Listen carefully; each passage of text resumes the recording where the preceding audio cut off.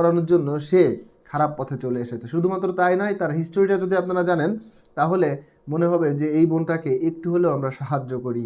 দর্শক শ্রোতা মণ্ডলী, কথা বলাবো না, চলুন আমরা সম্পূর্ণ ঘটনাটা শুনে আসি তার মুখ থেকে এবং সম্পূর্ণ ভিডিওটা দেখে আসি, তারপরে ভিডিওটা নিয়ে বিস্তারিত কথা হবে। কিন্তু তার আগে ছোট্ট একটা রিকোয়েস্ট, যারা জামাইবাবু চ্যানেলে নতুন এসেছেন অবশ্যই চ্যানেলটি সাবস্ক্রাইব করে রাখবেন পরবর্তী ভিডিওর আপডেট সবার আগে পাওয়ার জন্য। তো দেরি কিসের, চলুন আমরা ভিডিওটা প্লে করি এবং এই মেয়েটার মুখ থেকেই শুনে আসি তার এই খারাপ পথে আসার গল্পটা। বলেন আপনি।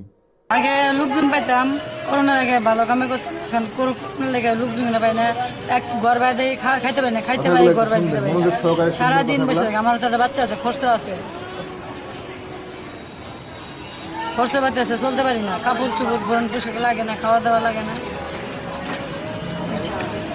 ইনকাম নাই। কে আগে পাইতাম, এখন করতে পারি না। এইসব লাগে কেমন ইনকাম হবো?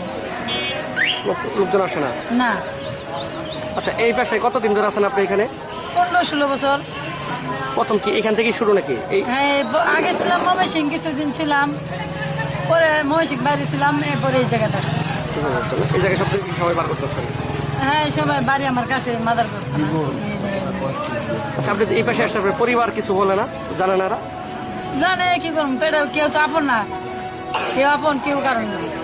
নিজের পেটে ভাতের লেগে কেউ আপন না, খুব কষ্ট করে এই জায়গাতে আসছি। আপনি এই পেশায় কেন আসছেন? যে আরো তো অন্যান্য পেশা ছিল, এই পেশায় কেন আসছেন? এদিকে কেন দাবি করছেন? হ্যাঁ, এই পেশায় কেন আসছেন? কি করবো, সব বাসায় কাজ করবে যাই, বাসায় মালিকে জোর করে কাজ করতে চা, গার্মেন্টসে কাটতে যাই, এরকম করে বেতন দেয় নাই, না বেরে কি করবো, এই জায়গাতে আসছি।